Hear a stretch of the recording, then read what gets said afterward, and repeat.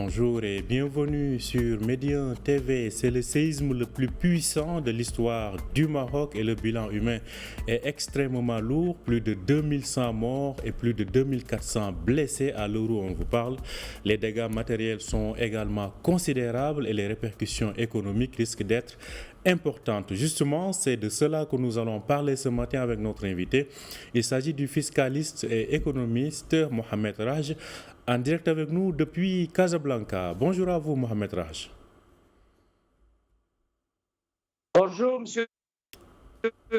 Alors, tout d'abord, nos condoléances à l'ensemble, on le réexprime à l'ensemble donc des familles touchées et à l'ensemble du peuple marocain en ces circonstances extrêmement douloureuses. Alors, le bilan humain, les pertes humaines, on ne peut jamais les remplacer. Et là, une seule vie humaine vaut beaucoup plus que tout ce qui reste. Cela dit, sur le plan économique, quelles risquent d'être les conséquences de cette catastrophe, Mohamed Raj? Allô? Nous vous entendons par Internet. Allez-y, par téléphone plutôt. Allez-y, on vous entend. Donc, il y a un problème au niveau de l'évaluation des dégâts et des pertes. Actuellement, il serait très difficile de donner un chiffre parce qu'il faut attendre la fin des opérations de sauvetage. Mais déjà, on a une information qu'il faut prendre avec quelques précautions. C'est l'agence américaine de géologie qui a estimé que les pertes seraient de 2 points du PIB. Et comme le PIB pour l'année 2023 serait de 130 milliards de dollars, donc ça donne un chiffre de 2,5 milliards. Donc ce sont des 2,5 milliards de dollars, les pertes matérielles. Bien sûr, on ne peut pas chiffrer les pertes humaines, on ne peut pas donner une valeur parce que ils ont plus de la valeur concernant les pertes humaines. Maintenant, pour le deuxième aspect, au niveau des impacts économiques, bien sûr, il y a deux niveaux de réponse. Un, au niveau national, au niveau macro, c'est la normalité pour une raison simple, c'est que l'essentiel de l'activité économique au Maroc se trouve au nord, essentiellement dans la région de Casablanca et la région de Tanger. Pour la région de Marrakech, c'est davantage une région de tourisme. Donc la ville de Marrakech n'a pas été impactée par le séisme pour une raison simple. L'épicentre se trouvait à 80 km de la ville de Marrakech. Donc c'est une ville spécialisée dans les services. Vous avez l'hôtellerie, la restauration, bien sûr, les voyages concernant les touristes et les loisirs. Là, l'activité, elle est plus ou moins normale. Pour la province de Taroudant, c'est essentiellement l'agriculture. L'agriculture n'est pas touchée parce que les barrages qui alimentent en eau la région n'étaient pas touchés. Et pour la ville d'Agadir, c'est essentiellement le tourisme et également l'agriculture d'exportation. Ce qui est touché, c'est essentiellement les villages qui se trouvent dans les montagnes du Haut-Atlas. C'était davantage une économie subsidiaire, essentiellement une économie de pastoralisme, une agriculture vivrière, un petit peu la production d'orge et quelques cultures. Et vous avez également les arbres fruitiers, vous avez un petit peu essentiellement les noyers pour la production des noix.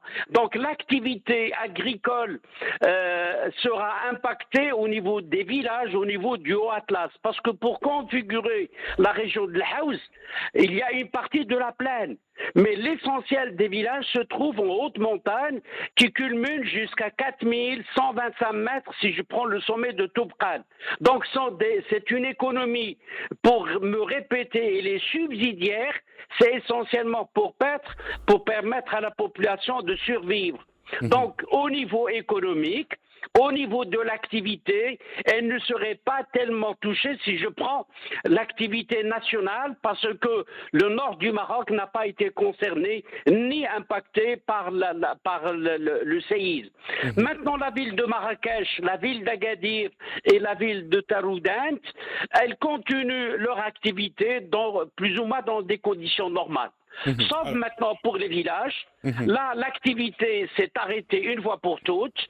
Donc, par voie de conséquence, il y a un problème. Au niveau des infrastructures, les infrastructures... Justement, professeur Mohamed Raj, c'est là où, d'ailleurs, intervenait ma deuxième question, c'est si au niveau de la contribution, disons, de l'activité industrielle, l'activité économique, cela ne devrait pas marquer un coup d'arrêt, mais en termes de coûts, d'infrastructure, là, on devrait s'attendre à quelque chose quand même, je ne dirais pas une facture, mais en tout cas, le coût de la reconstruction devrait coûter énormément. Ah oui, vous avez complètement raison. Moi, j'avais parlé de ce qu'on a enregistré comme perte. Maintenant, pour reprendre une activité normale d'ici quelques années, cela suppose tout un programme de reconstruction et je pense qu'il va coûter des milliards et des milliards en dollars, pas en dirhams. Donc déjà, le Maroc a commencé par lancer un fonds spécial pour faire face aux effets du séisme de l'Haouz, mais également de Taroudant. Donc il y a un fonds, il y a un numéro spécial qui a été ouvert auprès de Makl pour alimenter ce fonds. Mais le Maroc compte également sur une contribution internationale, comme ça a été dit plus ou moins sous-entendu, lorsque le Maroc n'avait pas répondu à certaines demandes émanant de certains pays qui ont désiré ou là qui ont demandé à venir pour participer aux opérations de sauvetage. Donc il y avait un élément de réponse comme quoi il y aurait une sollicitation plus tard pour une contribution. Et là, vous avez raison. Vous avez parce que tous les villages, presque des dizaines de villages du Haut-Atlas ont été rasés de la surface de la terre. Et bien sûr, ces villages étaient construits avec du pisé, donc un petit peu, c'est de la pierre et de l'argile. Par voie de conséquence, ces constructions ont été tout simplement effacées, détruites. Donc maintenant, il faut reconstruire, mais avec des normes antisismiques. Donc cela suppose un effort monumental, à la fois des autorités marocaines, mais également avec un espoir de voir quelques pays amis participer et contribuer également au financement. Et la même chose pour les infrastructures. Les infrastructures nationales, j'ai vérifié avec certaines sources d'information, donc les barrages de la région n'ont pas été touchés, donc ils restent toujours debout. Et vous avez également pour les autoroutes, les routes nationales n'ont pas été touchées. Par contre, les routes tertiaires ou bien les routes secondaires ainsi que les pistes, surtout au niveau de la montagne du Haut-Atlas, ont été sérieusement endommagées. On a vu les avalanches de pierres qui avaient tout simplement fermé l'accès à certains villages parce qu'il faut attendre l'arrivée des bulldozers pour les libérer. Donc vous avez complètement raison. Un coût déjà subi et un coût à venir sous forme de reconstruction. Et je pense que face à cette adversité, le Maroc serait en mesure de réussir comme on l'avait fait en 1960 avec la ville d'Agadir qui a été également détruite complètement en 1960. Vous avez également en 2004 avec la ville de Hoceima. Maintenant, je pense que c'est une occasion également pour les Marocains de participer, de contribuer, chacun selon ses capacités, à reconstruire toute la région, bien sûr de l'Haouz, mais également de Taroudant, mais également de la province de Chichawa. En tout cas, sachez que lors de la séance de travail présidée donc par le roi Mohamed VI ce samedi au Palais Royal de Rabat, il a donc parmi les priorités, c'est même l'une des premières priorités, c'est une reconstruction rapide donc de tout ce qui a été endommagé et perdu lors donc de ce séisme puissant, le plus puissant de l'histoire du Maroc. Alors, professeur, on imagine que chaque État fonctionne avec ce que j'ose peut-être appeler ou ce qu'on appelle ailleurs des fonds de calamité, des fonds qui sont là destinés à une intervention urgente en cas de catastrophe comme celle à laquelle on vient d'assister. En ce qui concerne le Maroc, quelles sont les dispositions, disons, de prévention dans ce sens sur le plan financier? si j'ai à refaire une relecture du budget annuel de l'État marocain, il y a une rubrique spéciale qui est toujours dotée de plusieurs milliards de dirhams pour faire face aux catastrophes. Donc, dans le cadre de l'urgence, l'État marocain peut se servir, bien sûr, de ce poste budgétaire pour faire face aux questions urgentes. Deux, comme vous l'avez constaté vous-même, il y a un élan de solidarité vraiment formidable émanant des différentes régions du Maroc, des différentes populations, des Marocains, des étrangers qui sont en train d'apporter une aide directe aux sinistrés, sans parler des opérations de collecte de sang à travers les dons de sang. Et puis vous avez un pourcentage au niveau des assurances qui est destiné, je pense c'est 1% sur les contrats d'assurance qui est prédestiné à financer bien sûr les fonds destinés aux catastrophes. En tout cas, c'est des éléments importants. Et surtout, professeur, là, vous venez d'évoquer un point essentiel, à savoir le rôle du secteur des assurances. On imagine que dans la situation actuelle, la plupart des zones touchées sont rurales et que certainement, il y a très peu de contrats d'assurance qui concernent ce genre de sinistres avec ces populations-là. Mais en ville, hein, parce qu'il faut rappeler que l'épicentre a été certes le House, mais l'onde de choc a été ressentie sur pratiquement un rayon de près de 400 km. Les villes de Casablanca, les grandes villes, en cas de fissure de bâtiments, en cas d'impact mineur ou majeur, qu'est-ce qui est prévu avec les assurances dans ce cas de figure? Ah oui, en principe, la culture d'assurance n'est pas tellement, ou là ne fait pas partie des habitudes des Marocains pour une série de raisons à la fois religieuses, sociologiques et psychologiques.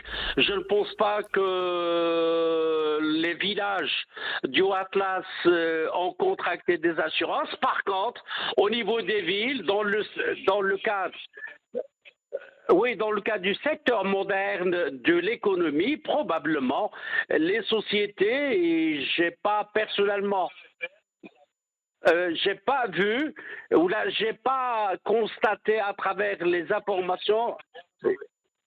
Il y a bien sûr des fissures, mais là, si jamais, c'est au rôle des assurances d'intervenir et d'intervenir d'urgence pour venir bien sûr au dédommagement des sinistrés ou là des constructions qui ont été touchées plus ou moins par bien sûr les séismes. Et la même chose pour la ville de Marrakech, mais également pour la ville de Taroudan. Mais personnellement, je ne compte pas tellement sur l'assurance pour une série de raisons, parce qu'elle ne fait pas partie des priorités des Marocains. On s'assure sur la vie, c'est lorsqu'on demande un crédit à la banque, et les rares assurances que le Marocain consomme, c'est l'assurance voiture pour faire face, pas au risque, mais c'est davantage pour ne pas être inquiété par les policiers et les gendarmes. En tout cas, c'est à suivre donc ce dossier des assurances. Alors, si on en revient aux aspects macroéconomiques, on sait qu'actuellement on est en pleine réflexion ou en tout cas en pleine réalisation sur le plan technique et des priorités pour la prochaine loi de finances 2024. En quoi ce séisme devrait-il impacter ou réimpacter, en tout cas réadapter, obligé de réadapter les orientations budgétaires pour l'année prochaine? Ah oui, c'est une priorité. Donc le gouvernement est invité à revoir, pour le moment, à revoir sa copie qu'il n'a pas encore présentée en Conseil de gouvernement et Conseil de ministres pour la présenter plus tard, le mois d'octobre, devant le Parlement. Donc l'État marocain et le gouvernement marocain spécialement sont invités à revoir, bien sûr, la rubrique financement des catastrophes pour la doter d'un montant substantiel. Puis deuxièmement, il y a le fonds spécial qui vient d'être créé par le gouvernement et dont la gestion et bien sûr pour la collecte de l'argent est confiée à la Banque du Maroc. Donc probablement les Marocains vont exprimer leur solidarité cette fois-ci sous l'angle pécunier. Donc probablement il y aurait une dotation assez consistante à la fois pour couvrir les risques et pour venir en aide aux populations sinistrées parce qu'elles ont tout perdu. Par voie de conséquence, c'est à l'État d'intervenir sous forme de versement d'une aide directe à ces populations. Bien sûr également les travaux d'entretien des pistes, ainsi de suite. Donc le budget 2024 sera impacté par une rubrique qui sera affectée aux conséquences, bien sûr, du tremblement. Par voie de conséquence, partant de l'expérience des années 60, à la suite de la destruction de la ville d'Agadir, à l'époque, le Maroc avait créé un impôt spécial qui s'appelle un impôt de solidarité nationale et qui a été alimenté par une taxe destinée à la reconstruction de la ville d'Agadir. On l'avait fait également au moment du lancement de l'opération de la récupération des provinces du Sahara marocain pour financer un petit peu les services de la dette. Et bien sûr, après, on l'avait supprimé. Je demande personnellement, en tant que fiscaliste et en tant que Marocain, de réhabiliter cette taxe et de prévoir une taxe, bien sûr, limitée dans le temps, une taxe ou bien un impôt de solidarité nationale destiné, bien sûr, à faire face ou bien pour la reconstruction de la région de Haus et de Taroudant qui étaient victimes de ce séisme. En tout cas, il faut rappeler aussi que lors du Covid, des contributions donc solidaires avaient été donc demandées et il y avait eu une mobilisation exceptionnelle. Alors, justement, peut-être c'est ma dernière question, professeur. En quoi l'expérience du Covid peut-elle servir dans ces circonstances ? Ah oui, on a beaucoup gagné en termes d'expérience à travers l'expérience de Covid. Pendant 2 ans, le Maroc a pu faire face aux conséquences de Covid, donc il a bien résisté. Il a fait état de véritable résilience. Et sur le plan financier, grâce au fonds spécial, le Maroc avait pu collecter plus de 34 milliards de dirhams qui ont été bien sûr destinés à venir en aide aux populations qui avaient perdu leurs revenus, mais également en aide aux entreprises qui avaient des problèmes de trésorerie. Donc en termes d'expérience, il faut maintenant la reprendre à son actif pour bien sûr bien aiguillonner l'argent qui sera collecté dans le cadre de ce fonds spécial pour bien sûr venir en aide immédiatement aux populations sinistrées et plus tard bien sûr pour la reconstruction de tout ce que le Maroc a perdu dans la région. Donc on a une expérience, on a un savoir-faire, on a une administration, essentiellement le ministère de l'Intérieur, qui est bien rodé en la matière. Donc il faut espérer, et je pense que le Maroc est capable de faire face à l'adversité. Le bon Dieu a voulu nous, plus ou moins, mettre devant une situation délicate, mais quand même au-delà de la mort, il faut réagir, il faut continuer à vivre, mais également à faire face aux nouveaux défis. Et surtout, je demande à ce que cette partie de la population qui vit dans la campagne et dans les montagnes soit un petit peu bien traitée et ne soit plus ignorée ou la négligée. Donc on a vu comment ces villages, à travers les images de télévision, complètement rasés de la surface de la terre. Merci à vous, professeur Mohamed Raj. Je rappelle que vous êtes fiscaliste et économiste. Vous nous parliez donc de l'impact et des répercussions économiques de ce tremblement de terre. Merci d'avoir accepté notre invitation. Alors, avant de vous quitter, je tiens à rappeler que donc, le fonds spécial qui a été créé, donc le compte bancaire est ouvert au niveau de Banque El Maghrib et au niveau donc du Trésor. Vous pouvez faire donc vos contributions à travers donc ce compte, ce RIB qui s'affiche donc à l'écran, et même si vous êtes client des agences bancaires, à travers vos applications sur vos téléphones portables, vous pouvez contribuer à ce compte donc du fonds spécial créé à l'occasion de ce séisme. Voilà, c'est tout donc pour l'invité de cette matinale. Merci de nous avoir suivis. Je rappelle que vous pouvez retrouver cet entretien sur notre site www.medianews.com. Bonne journée et bonne suite de programme sur Média TV.